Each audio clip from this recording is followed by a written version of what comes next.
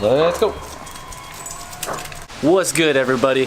Today's going to be a pretty jam-packed episode. I'm kind of excited. What we got going on is a little bit of a B-roll segment that I've done with my iPhone 10 and the Osmo Mobile. Let me turn this baby on for you guys so you can get a glimpse of what we're talking about here if it wants to stabilize. Anyways, I shot a little bit of footage this morning with the stabilizer at CrossFit right after the class, and it turned out decent. You know, for the first time me shooting in slow motion and using the iPhone X on the Osmo Mobile, it worked out really well. And I'm going to go ahead and toss that up here real quick before we get to the usual fishing shenanigans. We're going to go out and do a little bit of that here in a minute. It's about 2:30 in the afternoon if I'm not mistaken. So let me go ahead and roll this clip and then let's get into the rest of today's footage.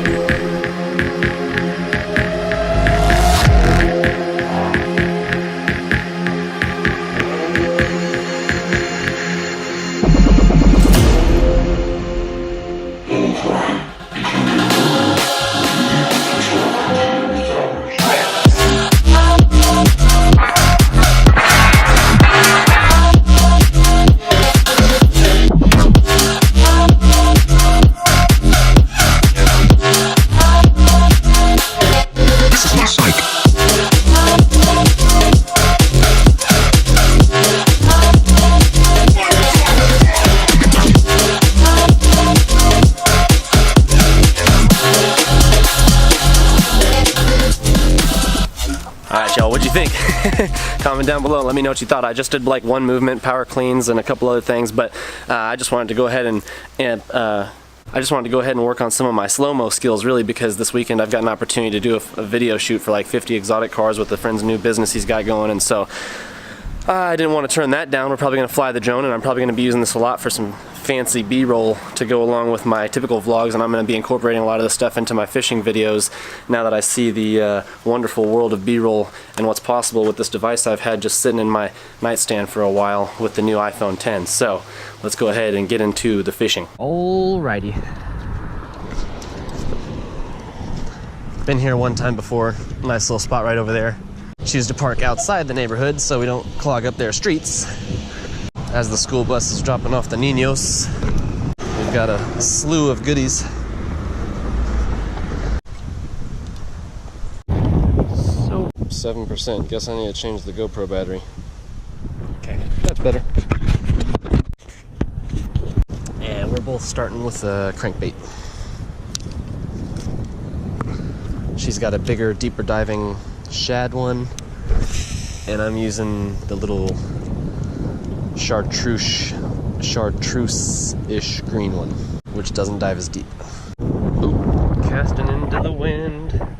Just so you guys know, when you're using the Baitcasters, a lot of people are intimidated because they think they'll backlash all the time, and you probably will when you first start out, but it gets a lot easier as you progress. But casting into the wind, you always want to turn the brakes up if you've got that brakes system on the side to alter how fast the spool spins freely. You want to turn your brakes up like to max if you're casting in the wind or into the wind. You'll probably be casting in the wind all the time, but if the wind is with you, you can really turn the brakes down and it will carry that lure out there really far, so you can turn the brakes way down and get some insane casting distance if you're casting with the wind.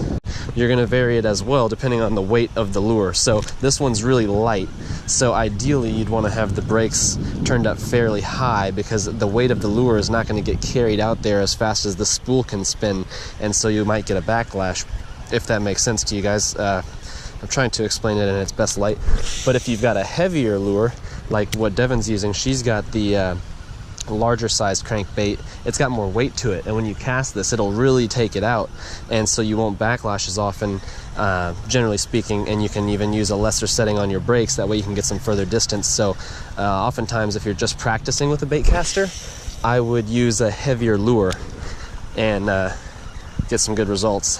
How's it going? Oh, don't get in the trees, but get just around them. That's the goal. I got in the tree. Oh boy. Ah, that's not what you want to do with the crankbait. I thought I was good. If you think it'll work. Okay, let me come get it now.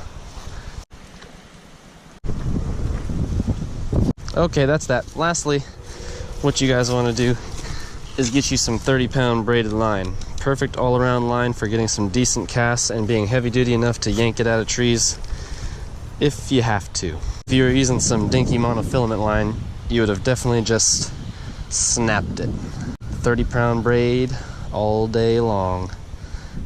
I'll go ahead and I'll even link down below the line that we've got on these rods right now. Well, I should say these reels. Definitely changed the way I feel about fishing. I used to use just the whatever line would come on our Walmart rod and reels, and it was, you know, doesn't really stand up to the challenge. And you'll be snapping it off at the knot all the time by your lures because it's just, they're too heavy and they'll just break it. You'll get stuck in a tree like that, and the first time you try and pop it out like this, you'll just go ahead and snap the line, and it's just ridiculous. You want to get you some braided line, like I say. Dang, no bites yet. This side's kind of getting more into the shade. Let's see if anything happens when I go this direction.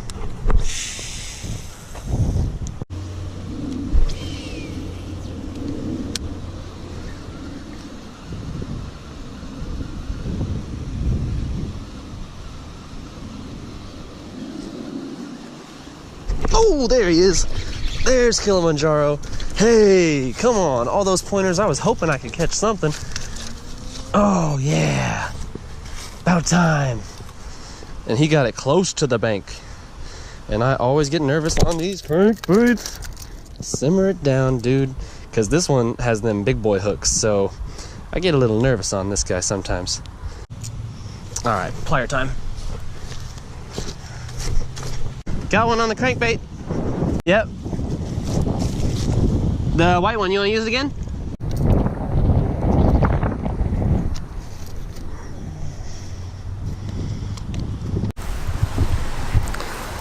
All right, cool. First one of the vlog. He's a solid pound or so. Pretty stoked about this one. There's a good shot. Yeah, so he's decent sized. Go ahead and toss him back in the water and let him get to swimming back to his home. Oh, there he goes, there he goes. Cool, let's grab another then. I like that crankbait. Over there's the ticket. It's kind of shallower, a little bit more brush and debris. They're gonna be hanging out in the structure. He was a fighter too. Like, I kind of wish he would have grabbed a hold of it way out there, because that would have been a fun fight, but he was literally right next to the bank. And I don't know, that happens to me often with the crankbait. They normally grab it right there at the shore. It is getting closer to sunset, so they're kind of moving up. I don't expect to catch anything on this whopper plopper, but I'm gonna go ahead and throw it. This is the big boy right here. But the water's very cold. Typically when it gets below whatever temperature, I'm not necessarily the most scientific fisherman, but when it gets as cold as it is right now, they typically don't bite on top water. But we don't care. Catching topwater fish is too much fun, and I just want to give it a shot. Might find one that's active right here and wants to go for it.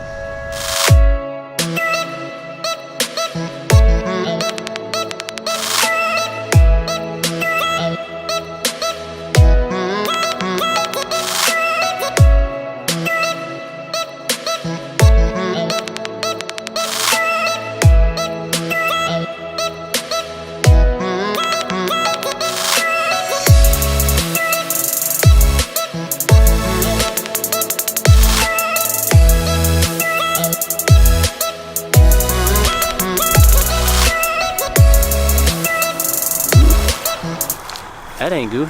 I think they're over here at the far side of the pond, so I'm gonna give the little crank a try over on this side before the sun goes down entirely. GoPro's probably already getting a little dark for you guys to see, but we'll know here in a second. I'm about to turn it on. Oh, I think I just had a bite.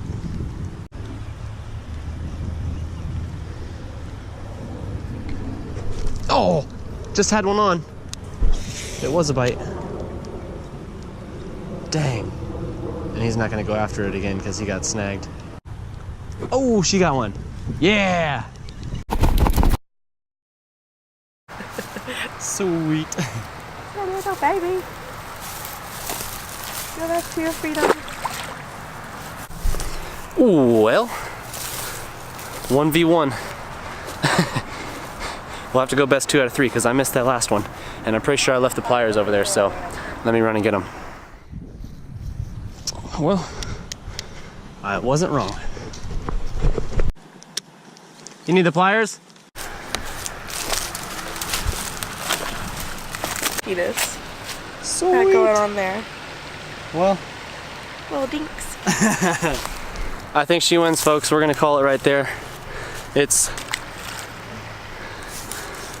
2 against 1. Well, 2 fish versus 1 fish. 1.5. Anyways, that B-roll segment that I did, I'm gonna start doing stuff like that in each of these videos. Most likely, try and improve the quality for y'all and step up my vlogging game. It's probably super dark right here. That's a little dark. Anyways, guys, I'll catch y'all on the next one. I've got a lot more content to be throwing up here soon that I think you guys will enjoy. And I'm gonna try and tie in maybe some lifestyle or just day in the life type of stuff along with the fishing. So stick with it. Whoa, she got a big one. Oh my gosh. Yeah. Oh, dang. Too easy. Like 2 pounds, I mean. Okay. Dang. We gotta get him on the scale. Yeah, he's good. Woo! All right. What does it say? 2 pounds, 7 ounces. So 2.5. Dang. It's a nice way to end the night. What? Badass.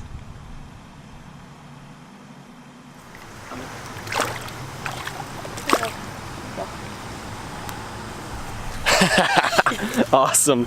That was after I already did the outro and everything. He was just hanging out, but she saw something move. Well, she casted, and then she actually saw a little something moving right there, and man, he grabbed hold of it. So, crankbaits for the win today. 4 fish on the crankbaits. Make that 3 to 1. Until next time, y'all. Peace out.